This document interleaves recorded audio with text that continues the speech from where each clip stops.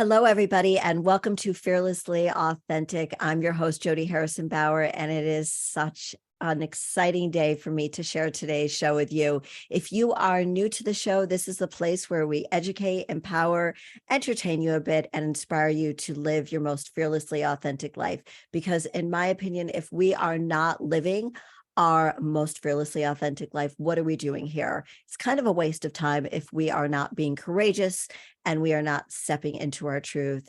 It's not always easy, but life isn't always easy. But I hope that my guest today and all of the guests that I've had on the show will inspire you to do so. Please remember to rate, review, and subscribe. We have a 5-star rating, so you can hear us wherever you listen to a podcast, and share this with your friends. And you can find us if you want to check out the show today on YouTube. You can check out it on Jody Harrison Bauer, and I'm on all social media platforms as Jody Harrison Bauer.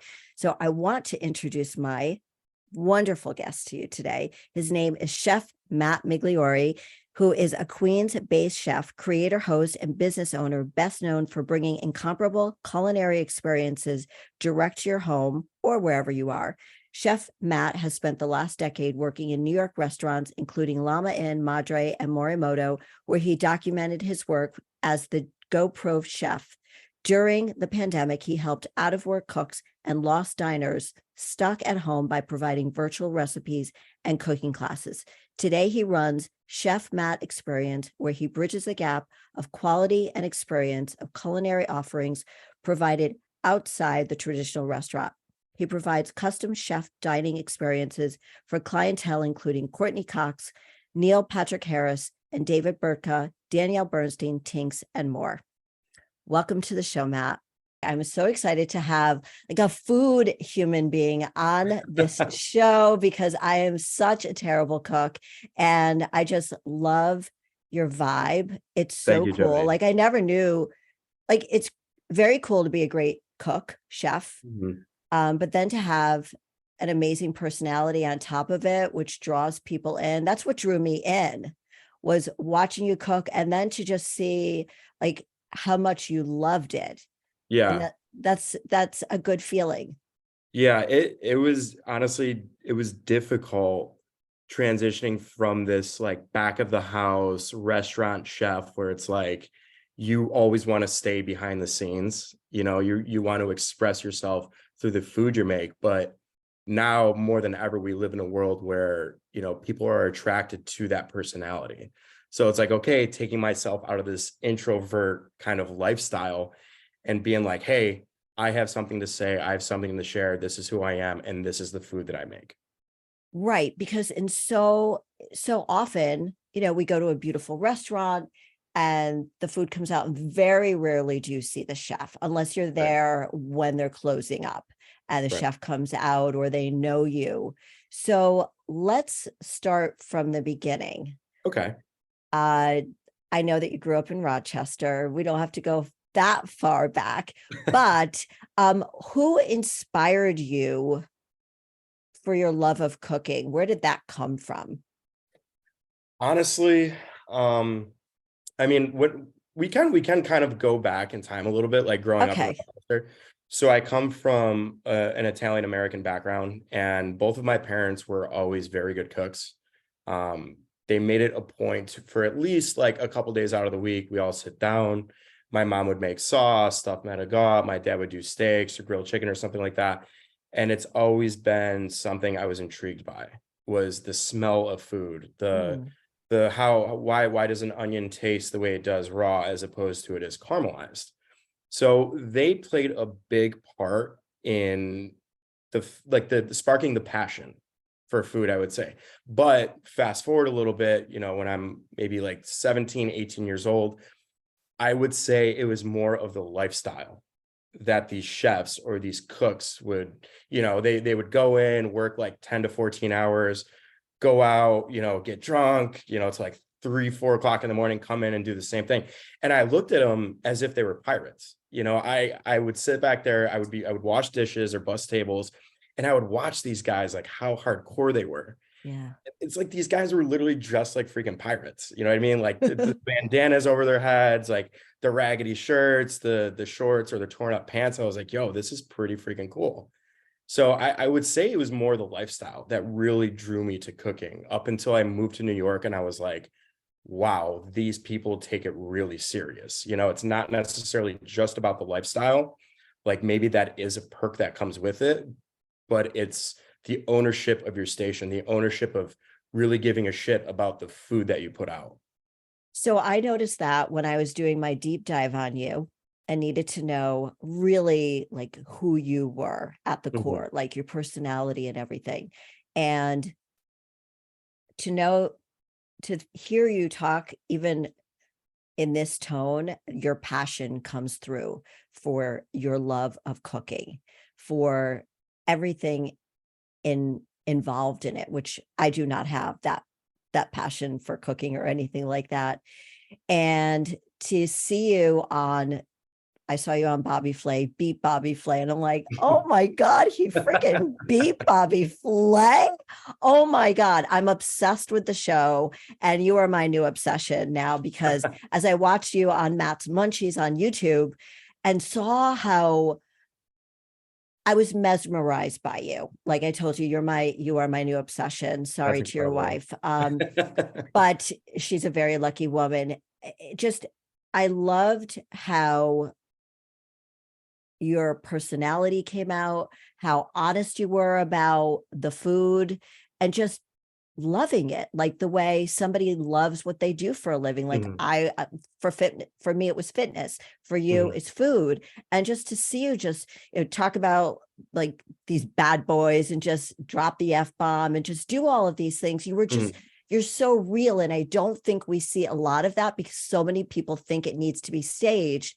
And with that, given your really cool personality and your love of what you do, it's such a disservice to keep you behind in the background to all of that. So when the pandemic hit, I'm moving around kind of that's quickly. okay. You're in restaurants, you're in New York, you start cooking at all these amazing restaurants and you're making a name for yourself. You're behind the scenes. Mhm. Did you ever come out at the end of the night, or did people ever request to meet you?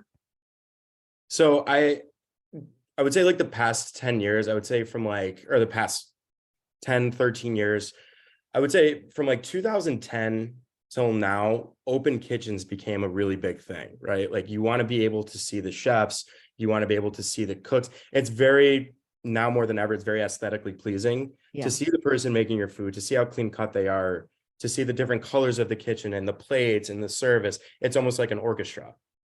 And I think people really want to see that. So transitioning from that into what I do now, it wasn't extremely difficult, but it was good to see um how it happened. Like I usually would go out at the end of the night, or even so, when I was the chef at Llama Inn, we would have counter seating. So you would have the kitchen, and then right across would be maybe like 7 or 8 seats.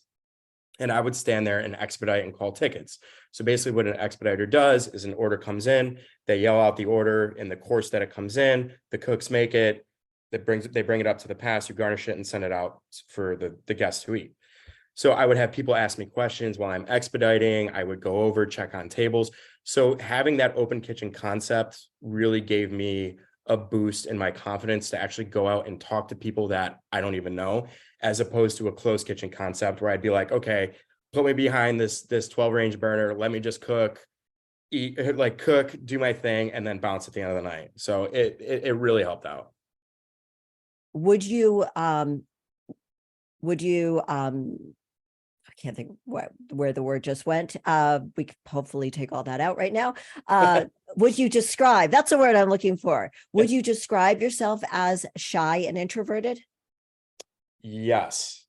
Internally, how Yes. I really feel on a day-to-day basis, yes, but it's something that needs to be completely destroyed. It's something that I have to break out of. I can't be in that shell anymore because the lifestyle I left it for a reason. I left that restaurant chef lifestyle for a reason because one, I mean, monetarily, it wasn't great.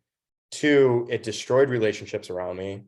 3, it destroyed me as a person. So you look at that, and one of the pros was like, yeah, you get to have creativity, you get to, have the camaraderie with all your other cooks and all the other chefs, which is great, but for a short term. Yeah, I just think it was really important for me to break out of that shell and just be like, all right, dude, people want to see the personality. You actually do have a lot to say to these people, to the people that want to see you cook, the people that want to see your energy. And it's all about just showing that and breaking out of that shell of being an introvert kind of chef.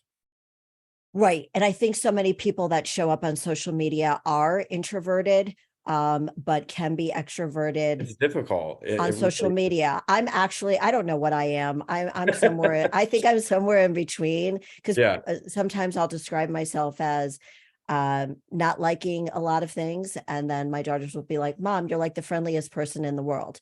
Yeah. So I don't really know. I mean, you are your toughest critic, right? At the end of the day, Right. So when you were coming out and checking on people, I'm Mhm. just curious about this. Is that when you sort of realize, okay, I've got to make the transition. I know that I do have a personality. I have a great personality, but I'm not really using it to my fullest benefit. I think honestly, I think it was good practice Okay. that which led me up to what I do now. I think forcing myself to transition into this outgoing personality, chef, creator, whatever you want to call it, it happened during COVID because as we know, like all the chefs, restaurant people, everybody was furloughed. We went into lockdown, opened back up with outdoor dining, locked back down, back open, so on and so forth. So there was a lot of back and forth where I'm like, this isn't sustainable. Like, I mean, am I gonna have work for 3 months and then are they gonna shut it down again for another month? Like, is there something else that I can do? Right. So Okay. So let's get into that. The yeah. pandemic hits, restaurants are closed, everything you just described. What do you do? So I sat on my couch for about a week and a half, Okay. and just like, Did you love it? I did for like the first couple of days, and then I'm super ADHD, so like I have to be doing something. Like I have so much stuff on my desk right now that I can just like fiddle with. Yeah. So it was good for the 2 days. I was like, okay, I can like rest, relax. But the issue was the not knowing, like the unknown of, okay, when are we gonna get our jobs back? I mean, like we survived off unemployment for so long. It was like whatever. But I would say that 1 week I just like fell into a depression. I was just like, I can't fucking cook. Like I can barely go to the grocery store because that's when COVID was in full swing. And it was finally my wife, Daniela, who was like, all right, dude, get your ass up. This is not like you. Let's figure something out. And that's when we came up with the idea, or at the time it was an initiative, came up with the idea of the at-home chef consultant. And basically what that was I would take what you had in your refrigerator, your freezer, your pantry. People would like DM me on Instagram or send me an email of like photos or a list of what they had. And I would basically send you recipes based upon what you had. Okay. Because at the Wait for a time, second. yeah, go So, for it. so on your social media platform, so like Sure. on TikTok or Instagram, you were like, okay, guys, what do you have in your refrigerator? Is that how it started? Like super organic like that, right? Super organic like that. It was just an idea, and then we just put it out there in the ether. And the reaction was overwhelming. It was for the most part. It took maybe a couple weeks to get it going. People are like, okay, what is this? I don't really understand it, but we started getting clients from like close family or close friends, and I started bringing along other chefs. So I would charge maybe like $15 for like 5 recipes, $30 for like 10 recipes, something like that, something super cheap, but it allowed me to keep that creative juice flowing. Right. Because I would think, like, not only are you creative in your cooking, it's a mind thing. Like your Yeah, mind was doing a job on you, right? So yeah, now I'm helping people. I'm doing something that I love. exactly. And again, it allowed me to bring other friends that I know that are chefs. They're like, dude, can I get in on this? Like, how did you do this? How'd you start? I was like, I'm not going to tell you how I started it, but I'd be more than happy to, bring you along, pay 100% for it, like whatever you do, Right. send it to the clients. And yeah, it really helped them out. So you were able, by doing this, you were able to help people at home, and you were able to help fellow chefs, fellow friends, people in the industry who weren't working. Exactly. And what that turned into was I did a list of recipes for a producer from the third hour today.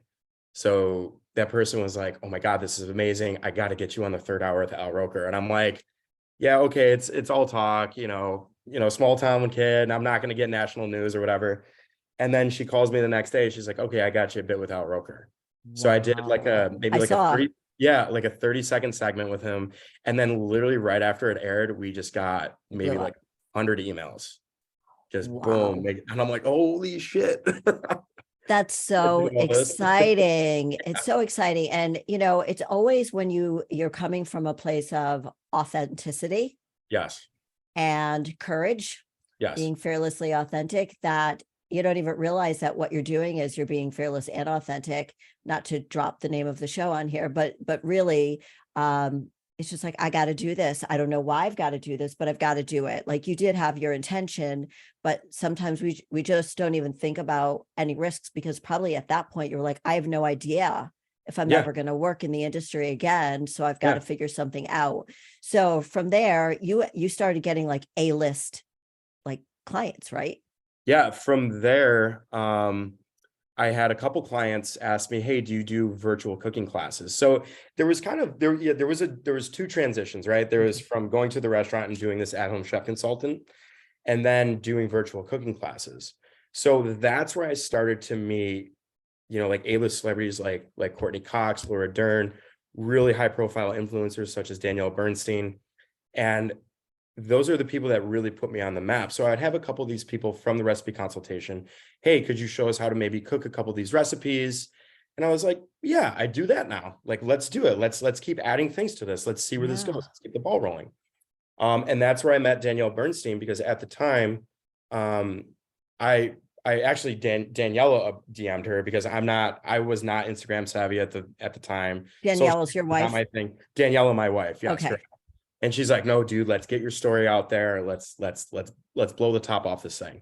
Mm. So she actually DM'd Danielle Bernstein and was like, "Hey, my husband and I, we don't have jobs. He was a chef. He got furloughed, blah, blah, blah. He does this thing. Would you be interested in doing a virtual cooking class?" And at that time, that kind of sparked her interest into having her charitable arm of her company, We Were What, which is We Gave What. Right. So she posted us and we're like, holy fucking shit. Like, Danielle like just posted us, like, holy crap. And we started getting all these inquiries like, "Oh, let's do a virtual cooking class," like from coast to Wow. coast. At the time, it was like from New York to California. So that's what really picked up that initiative, which then turned into a business, Which is called, the Chef Matt Experience. which is such a great name because it is an experience, right? So tell us what exactly somebody could get with the Chef Matt experience. So the Chef Matt Experience, it's primarily for individuals who really genuinely care about food, about really good food and service. Um, it's something that I do. So it's almost like a one-off dinner kind of thing. If you have like a bachelorette party, a birthday dinner, like a 20th anniversary, whatever it may be, it's for people that really, really care and want to have that intimacy in their homes with their friends and family. Because for me, going to a restaurant is as good as it is sometimes, you're kind of turned over, you're kind of processed, right? Right. It's like you Yep. go in, there's other people there. It's like, okay, you're there for an hour and a half, you have like a few courses, you pay your check, pay the tip, and then you're out. For me, when I enter your home, I bring the experience to you. So it's like you're in a place of comfort and I'm yours for the whole entire day or evening. And that's it. And it's like we walk in there, I have the captain, the servers, the bar crew, all the food and everything. And then we just take the temperature of the room. If you want to talk, if you want to like, interact with us and shoot the shit and have a great time, have a glass of wine, we're all about that. But if you want the privacy and the intimacy, that's all good too. So has that transition been easy or hard for you, knowing how to walk into somebody's home, read the room, let your staff know, hey, listen, this is going to be low key. This is going to be high key. We're going to like just blow it up and have a lot of fun here. How do you do that? And has that transition been easy for you? It did take a little bit getting used to. I mean, going into somebody's home that you don't know and cooking for them, it is a little nerve-wracking. Like for the first, I would say for like the first year, I was pretty nervous, but the fact of having a really solid team behind you, that definitely helps because it's all about professionalism whenever you're going to somebody's home. So I'm not going to bring on somebody that, you know, I've never worked with before. I need somebody that I know, like my brother and sister, you know, like the relationship's platonic. Granted, yes, I am, you know, like calling the shots. I am their boss, but I trust their style of service. I trust how they cook. I trust how they pour wine, how they clear tables, how they set tables. So I'd say for like the first year for me personally, like it was extremely anxiety driven. Even if it was 4 people or 15 people, I was like, oh God, another one. Oh my God, here we go. You know what I mean? But once you get in there, people are so inviting. They're like, chef, oh my God, it's so nice to see you. It's so nice to meet you. So the fact of people being so inviting definitely helped out with that. I used to train people in their homes. Mm-hmm.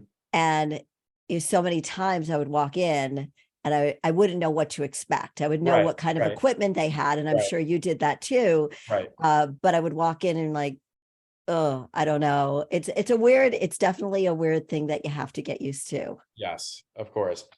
It for the most part, I mean, we bring everything we need because I think for the first 2 dinners, I didn't have the equipment that I do now, or like the commissary kitchen that I do now. So I was like, yeah, do you have like a 12-inch cast iron pan? Do you have this? Do you have that? Like I could use that. And they're like, yeah, totally. We got all that. I was like, okay, cool. I would walk in and, you know, of course they wouldn't have it. The table wouldn't be set, or there's just so many different curveballs where I was just like, oh God, like, no, why me? Like, why this is going to be terrible. They're going to hate me. I'm going to get blacklisted. Fuck shit. Like, So people wouldn't think, and I can tell you, like, so when you were on Bobby Flay, mm-hmm. what year was that? Bobby Flay was 2019. Okay. So wait, no. Oh my gosh. That wasn't 2019. 2019 was Chopped. Bobby Flay was, oh my God, I'm trying to think. I think Bobby Flay was 2021. Oh, okay. So you were out of the restaurants at this point. Yep. You were going into people's homes. Yep. You were doing the Chef Matt experience. Yep. You were already doing that. You were already doing that. Do you feel that your confidence has grown so much since you started doing this? Not Bobby Flay, but doing the Chef Matt experience. Like to the moon. I feel that. Like night and day. I'm feeling that from you, because what I loved seeing you on Bobby Flay and not knowing anything about you was this guy is so confident. Like he's so cool and he better beat Bobby Flay. Like I'm watching the whole episode. I'm like, he's got to beat Bobby. And then this other guy that you were competing with at the beginning, Christian. Yeah. I'm like, yeah, Christian. I'm like, come on, Christian, you're not going to beat Matt. Like, I didn't know how it ended. I had no idea what the outcome was. Yeah. And so I'm like, there's no way they're going to send Matt home. And I think obviously your cooking skills are incredible, but there's the personality. Mm-hmm. I go back to Guy Fieri. Okay. Mm-hmm. That's how long I've been watching the Food Network. Yeah. And the reason he became, when they were looking for the next the Food Network star, I believe, right? Yes. Yeah. So I don't know how old I was. I mean, I'm 62 now. What was I, like in my 30s or 40s at the time? It was a long time ago. Mm-hmm. My daughters grew up watching it. Nobody cooks anyway. So we just watch it for entertainment. Exactly. The personality is so key. You do need to know how to cook, but you also have to have a personality. So you went from sort of being an introverted, less confident person to now this incredibly confident person who knows exactly what he's bringing to the table. No pun intended. Right. I mean, the cooking part of everything I do now, I would say the cooking part, it is a very, very important part, obviously, because even if I had all this confidence, You know, I looked good, everything felt good, the atmosphere is great. If the food sucked, like I wouldn't be where I'm at, you know? Of So it's like course. being confident in yourself also means being confident in the food that you make, still have those creative juices flowing, because I went from a world of like a collaborative where it'd be myself and maybe a couple other chefs and like some of the cooks, where we would just like sit around and just talk about food, talk about concepts, ideas. Now all I have is myself to think about, like a spring menu, a fall menu, a summer menu, a winter menu. So it's difficult, but being confident in that, in the cooking, like no pun intended for my chops, um, that like going from that, I would say cooking is now maybe 20% of what I do. Like I'm still cooking everything. I still do all of the dinners. I still do all of the production, Okay. but what I'm focusing on now more is that personality and that confidence. Interesting. Yeah. But I mean, interesting, but it doesn't surprise me. So I'm glad Yeah. Because the cooking, obvious I'm thing. sorry, I just want to add one more thing. Because cooking for me now, it's like it's muscle memory. It's just like I can wake up and I can do it. And there's people like my wife Danielle who can't cook to save her life. Good for me, because I don't think I'd be a part of the picture if she knew how to cook. Uh, Right. so it's good to have that as my muscle memory, where it's just like I can wake up, do these things, and people are like, "How do you create this shit? Like this is crazy. Like I couldn't do it." And I'm just like, "Well, I don't know. It just comes natural." So I don't even have to focus on that part where it comes so natural, where it's focusing on the personality and the confidence. That's a great point. And I've been in the fitness industry for over 35 years. I had the same thing, same flex. It's Mhm. it's muscle memory. It's just, Right. when people say, "Oh my God, your form is so good." I'm like, I've been doing this for 40 years. Like, Mhm. yes. Yes. So you have to concentrate I hope it is. on, yeah, yeah, it better be. Like, Yeah. I'm showing like a squat on Instagram or Yeah. something, like nice form. I'm like, dude, come on. Like, been doing Mhm. this for too long. So I get that. And I love that you are focused on that, because I think that's what takes people to, everything does come down to, can you create a great product and service, but you need a good personality to push that out to the atmosphere, to push Right. that out there, to Right. blow it up. And it sounds like that's what you've done, because again, you caught my attention big time. I didn't watch just one of your YouTube videos on Matt's Munchies. I watched like 5 of them, because I was mesmerized by, with the ease that you cooked, with the confidence that you cooked, and with your personality. Because it's my comfort zone. It being, Right. even till this day, you know, there's one thing that's never going to change about me. When I go into a kitchen, Mm. like regardless if there's like a camera or there's guests, whatever it may be, when I'm in a kitchen, it's like I'm getting on the saddle. It's like this is my comfort zone. This is what truly genuinely makes me happy, is just cooking food I like to eat. I can't even understand that concept, but my husband's like that. He likes to cook. He loves the whole process. And I'm like, can you Yeah. just cook it so I could eat it? Yeah. And then he loves to just eat it. And I'm like, I'm done. Like, Well, I goodbye. love to cook it, but I eat it like an animal. I'm I pretty eat like an funny. animal. I eat Yeah. like an animal too. This is Yeah. just a straight up graveyard. My Yeah. friend, my Yeah. friend done. What is your favorite meal to cook? Oof. Ooh, it's like, who do I like better, my mother or my father? That's a Sorry. difficult question. You have to answer I it. would say my favorite meal to cook. I love pasta, but who doesn't? I would say my favorite thing to eat would be probably ceviche.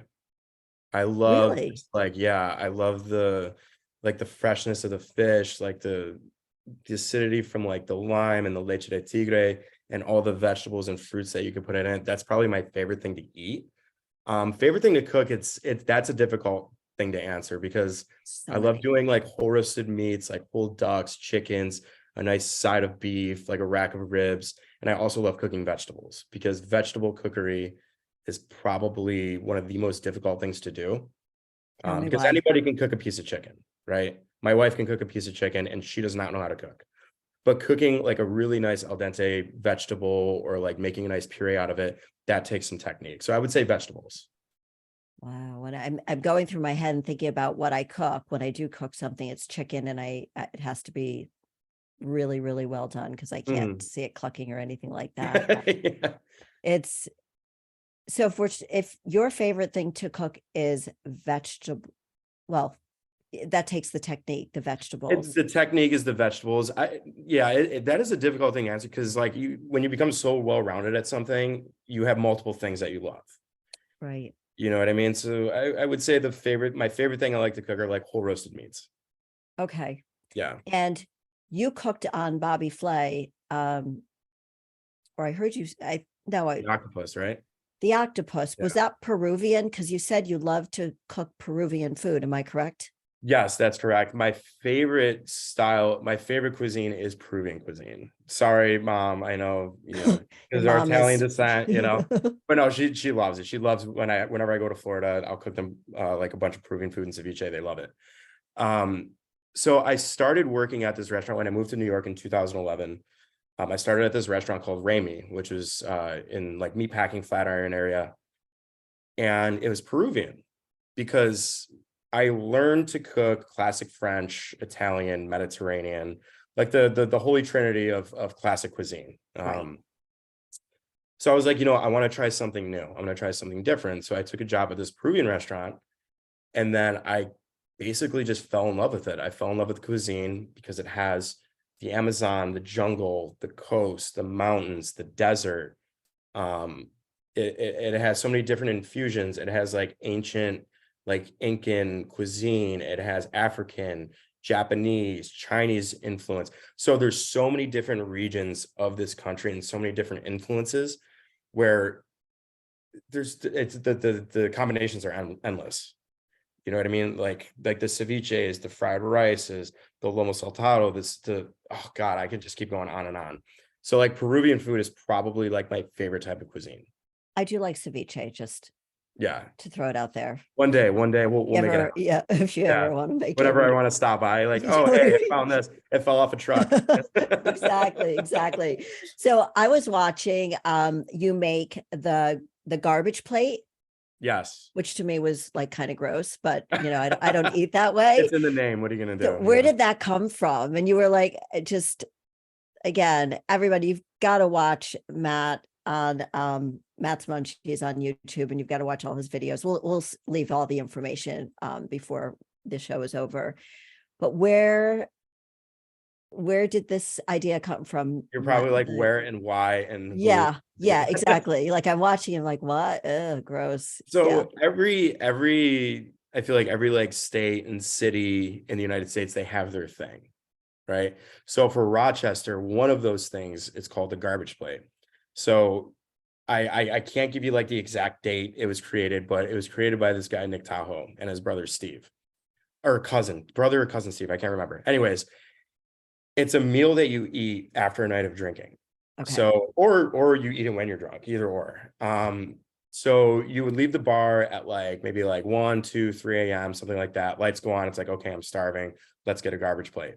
So it's basically just a pile of macaroni salad, a pile of home fries, a bunch of like cheeseburgers, like a couple white hots or red hot dogs on it with meat, hot mustard and onions. And you just sit there all drunk in a styrofoam container and you just crush it. You wake up with no hangover. Obviously, drink a Pedialyte before you go to bed. Okay, thank you. Absolutely zero hangover, and it's incredible. It's the best thing ever. Wow. Yeah. No, that looked pretty incredible. Yeah. But now I'm noticing that you're going a little healthy personally. So what's going on? You're doing your meal preps, and what's that like for you? Yeah, I'm definitely trying to take a turn in my diet. I mean, like what you see on Matt's Munchies, I don't eat that every day. Sure. But I haven't, stepped foot in a gym in like several years, to be honest. I mean, I maybe had a few times throughout my life or throughout like living in New York, I'd be like, okay, I'm gonna go back to the gym, do it for like 3 months, and then like cancel my membership and not go for like another year, so on and so forth. So yeah, I know people like you. Yeah. Well, it's hard. I mean, it's hard. Yeah, life's commitment's hard. Life's hard, Matt. Yeah. You go like, no shit, Matt. Yeah. So no, I joined this CrossFit strongman gym called Dutch Kills Fitness. And for me, when I would go into a gym like by myself, I did a lot of exercise in high school And, I did like the back, the buys, the chest, the tries, the abs, the legs, the shoulders, like you break everything up. I did that routine, but now that I'm like 32, I go into a gym and I see everybody has their own routine. And I'd go in there and I'm like, okay, what do I do? Like, I don't, I tried like the personal training stuff and it just wasn't for me. So I joined this gym called Dutch Kills Fitness, and it's really cool because it's like community based. They do group classes and it's like, dude, this shit is intense. It's 1 hour classes, and like going through this and seeing how motivated everyone is. I'm like, you know what? I want to change my diet. I want to change the way I live. Right. Like it's imperative, like I don't want to die when I'm young, with like the diet that I did have, with like the drinking or the smoking or whatever it was. I'm like, you know what? Now is the time. Like, I'm 32. I'm only getting older. There's going to be a Right. point where I can't reverse any of this stuff. So the only thing that I can do now is build on my health. Do you think, and I've read a lot and read and listened to a lot of shows about people in the food industry, that it is a really rough life. And you mentioned that at the beginning when we first started talking, that it could be a detriment to your health because the hours are crazy. There's a lot of partying afterwards and Yeah. things like that.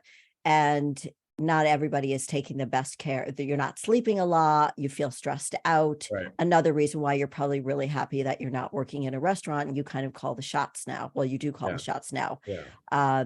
So I commend you on like trying to take better care of yourself. And do you think that you're going to get into like any meal preps? Are people asking you Meal about preps that? for, you mean meal preps for like clients? Yeah. It depends. I mean, if I'm approached and if it's something that I can do while not compromising the integrity of my business of the Chef Matt experience, Mhm. absolutely. Okay. Because Yeah. when I saw the meal preps, the Yeah. meal prepping of the food, I thought, oh, Oh yeah, yeah. So could I this do be that. So something? yeah, I do that for Danielle and myself. It's good, like maybe like every Sunday. Yeah.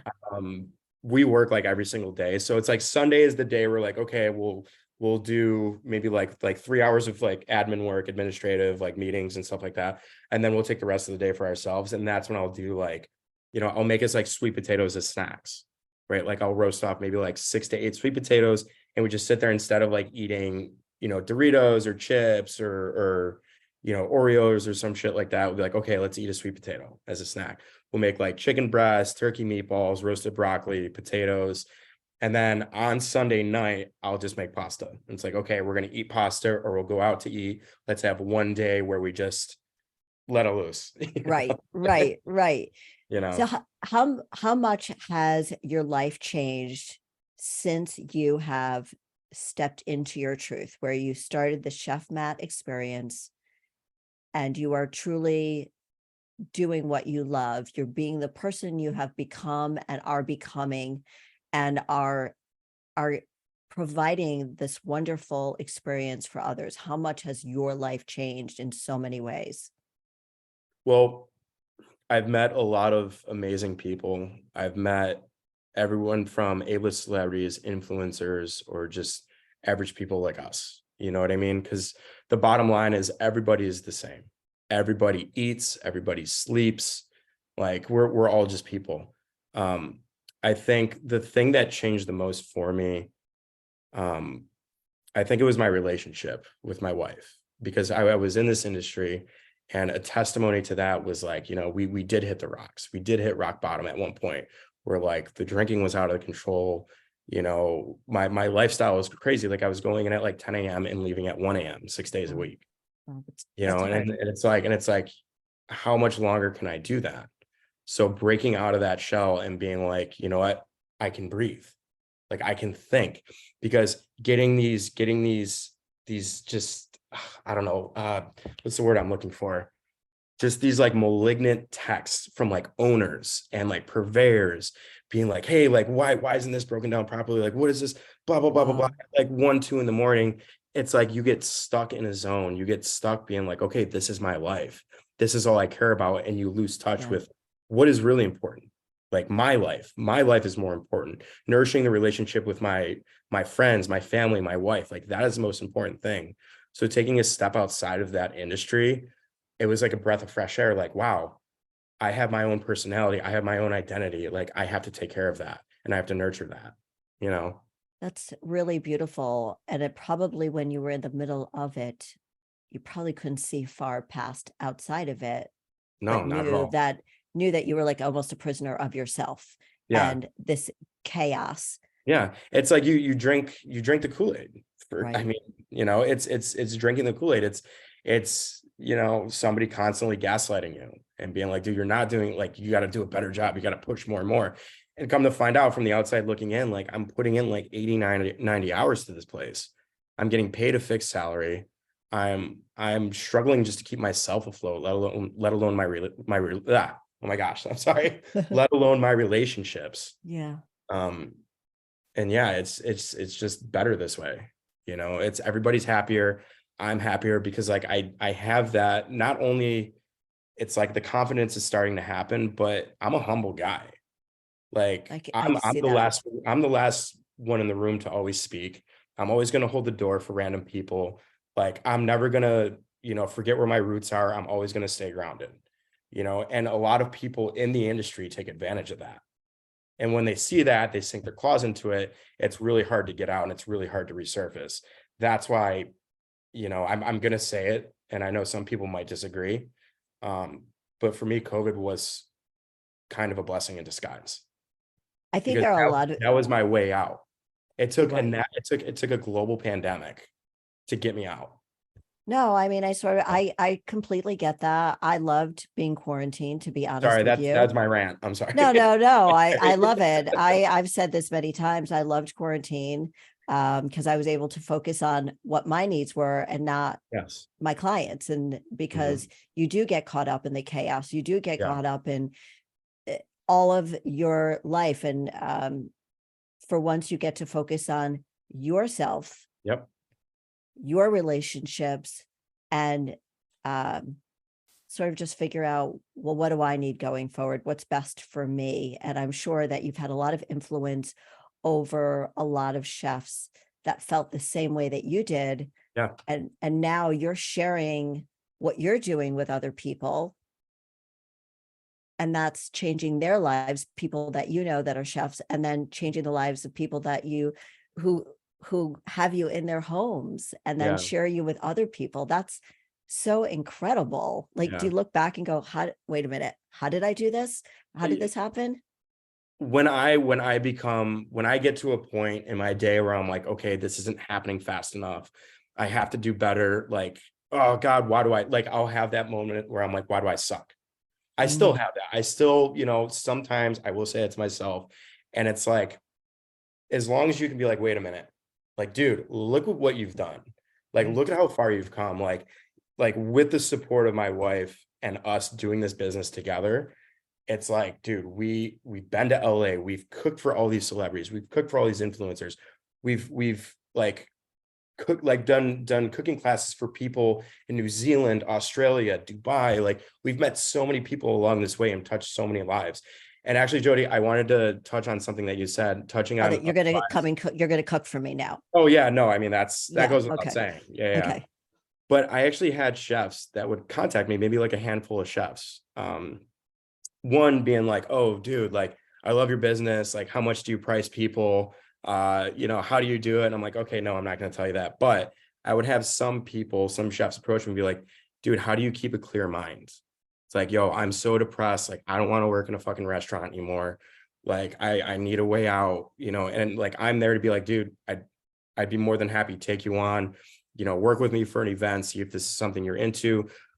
And also it goes more than that. It's like, yo, how do you keep yourself sane? Like my mental health is like dwindling, and Wow. if there's like one thing that if there's, cooks or chefs that listen or anybody in any industry, just take care of your body. Cause like I would drink and smoke and I would just be constantly depressed. It took me to get my ass up, literally go to the gym, eat cleaner, wake up early, go to bed early. And that literally changed my life. Right. Is like, it's night and day. But you had to physically get You out of got the to push. restaurant. You got to push. Yeah. Yeah, you've got to really, really push. I just think about how many people are listening to the show right now and who know somebody who might not be necessarily in the same industry that you are, Mhm. but that are struggling with that right now. They know they're not taking care of themselves mentally or physically, and they don't know how to get out of it. And I think that you are just such a great example of the fact that you can get out of it. You just have to like lean into it a Yeah. lot. You have to commit. You have to You just have commit to to commit. it. You know, you can have as many you can have so many resources, so many people helping, but the bottom line is it's you. Right. You have to sign up. You have to sign up, throw away the pen. Like, So what's next for you? You have the Chef Matt experiences. Are you going to be expanding that? Uh, how do you get this all done? Because I'm sure you're in high demand. So how do you process all this? so there is, I've honestly thought about this a lot. I've gone back and forth a lot about it. There is a cap to obviously like the amount of dinners that we can do, because I don't want this to turn into something that becomes diluted. Like, I always want to be the chef that preps everything. I always want to be the face of the dinners, because when you book a Chef Matt experience, you're booking a Chef Matt experience. So, like, Absolutely. it's important that I'm there. So Yeah, I there don't is, want to get Tony. yeah, exactly. Yeah, you don't want to get Tony, Johnny, Joey, you know. Yeah. Yeah, I want to get Matt. But I think the next step is continuing to just be genuine, just being authentic with the content that I put out. You know, if there's any like brand partnerships or collaborations, and just seeing what comes of it. Yeah, You know, because that's it's like, I love doing this, like the cooking part, it's my favorite. Connecting with people, that is my favorite thing. But seeing where it takes me is the goal, because we've only been doing this. I mean, I've been doing private event or private dinners for about, I would say, going on 3 years in August. So it's still relatively new and very young. absolutely. And I'm just thinking to myself, there's probably so many people, like you said, are reaching out to you and say, so what do you price things at? What are you Oh yeah, doing? yeah. Yeah. So I don't know. I'm just throwing this out there. Have people wanted to come and work for you and then be part of the Chef Matt experience? Like, could you say, all right, you're not going to get Chef Matt, you're going to get Chef Tony. Would you ever So do that? I know if you said I'm you don't yeah, want to if I'm dilute. I know you said you don't want to yeah, dilute it, but if you can train Tony, we're just using that name. yeah. If you can train him, would you do something like that because you're getting so big? So I do that. I do that now. Let's say if I have to double book, my sous chef Natalie, who I trust with my life, Mhm. she would take on like the other client. So it would be a menu that's hers, because I trust her as a chef to represent the Chef Matt experience. It would be a rendition of her menu, right? And she would go do that dinner, and I would do my menu at another dinner. Okay. But it's like a clarification of, okay, this is Chef Natalie, and then this is Chef Matt, but it's a part of the same umbrella. But Do you we think very rarely do that. We very rarely do that. do you think it takes a special person to do what you've created? Yes. I think, it's that mentality of like, nothing's going to be ever as good as you do it. Right. And to be a legitimate leader, and to be, somebody that can delegate and manage, like, you have to not lose that a little bit, but you have to be willing to spread the wealth, I guess, because for example, I've worked with Natalie since like 2017, and we've like, gone to war together, like in terms of like cooking in the kitchen together. Sure. And I know how, like, I know how her method is. I know her palate, the food that she makes. So I trust that. I would trust her to be like, okay, this is your menu. You send them your menu. You handle them Right. like your client, but it's still under the same umbrella of the Chef Matt experience. Right. All right. So And it's let's not like I wouldn't take anybody. I wouldn't, if somebody DMs me and like, hey, chef, can I join you? I'd be like, absolutely. Like, you could be my personal sous chef for the event that I'm doing, and I'll show you what I do. right. I just, like I said, I don't know you well at all. I can feel like the progress and where you've come from. You've explained it so well. And I just think that you are leading the path to so many other chefs trying to do this And I think it's really inspiring. But I think, as you mentioned, it takes a special human being to do it, because you have to be a great chef and you Yes. have to have the personality to lead the way, which is why only a few people can do it. Because if it was Yes. easy, everybody would be doing it. Everybody So congratulations on such great success and for taking the risk on yourself and being successful, because you had Thank to you. step into that scary place, which is your Yeah. truth, and Yeah. it's not always easy to do. Yeah. So can we go to the Food Network again for a few minutes? Absolutely. Okay. So we have 3 minutes left. So Okay. was it scary, nerve-wracking to be cooking against Bobby Flay? Not really. Look, I know I said I'm humble and I'm genuine and blah blah blah, Yeah. but But you knew truth your be shit. told, I've actually cooked for Bobby Flay before. He used to come to Llama Inn a lot. Okay. I was the chef de cuisine at, and I've met him a couple times prior. So like cooking against him, and then also at the same time, like I've cooked for like Neil Patrick Harris and like Courtney Cox and a whole bunch of other people. Like cooking for them and then transitioning to that, it's like, oh, dude, you're done. Like, let's go. I know. Well, I mean, that's what came clear through the screen. That's what I felt. But it And still was very humbling, because I mean, like you said, like you and the girls, like they grew up watching Food Network. Like I grew up watching Bobby Flay. yes. So like being in the same room and cooking against him, I was like, dude, this is a wild experience. This is so humbling. Yeah. I'm gonna kick your ass though. So. Yeah, for sure. And then when you were on Chopped, Mhm. Was that a really hard competition to be in, because they give you so many weird things to cook with? Chopped was very difficult because that was the first time I was in front of like 12 cameras at once. Mm. And on top of that, it's literally 30 minutes for the first, or 20 minutes for the first round, 30 for the second, 20 for the third. And it's like nonstop. It's like go, go, go, go, go. Yeah, it seems like So that. it was very difficult. It really Wow. was. Well, congratulations on all your success. I have one more question to ask you, and then we're going to leave with all the information so people can reach you. Okay. What does it mean for you to be a fearlessly authentic person?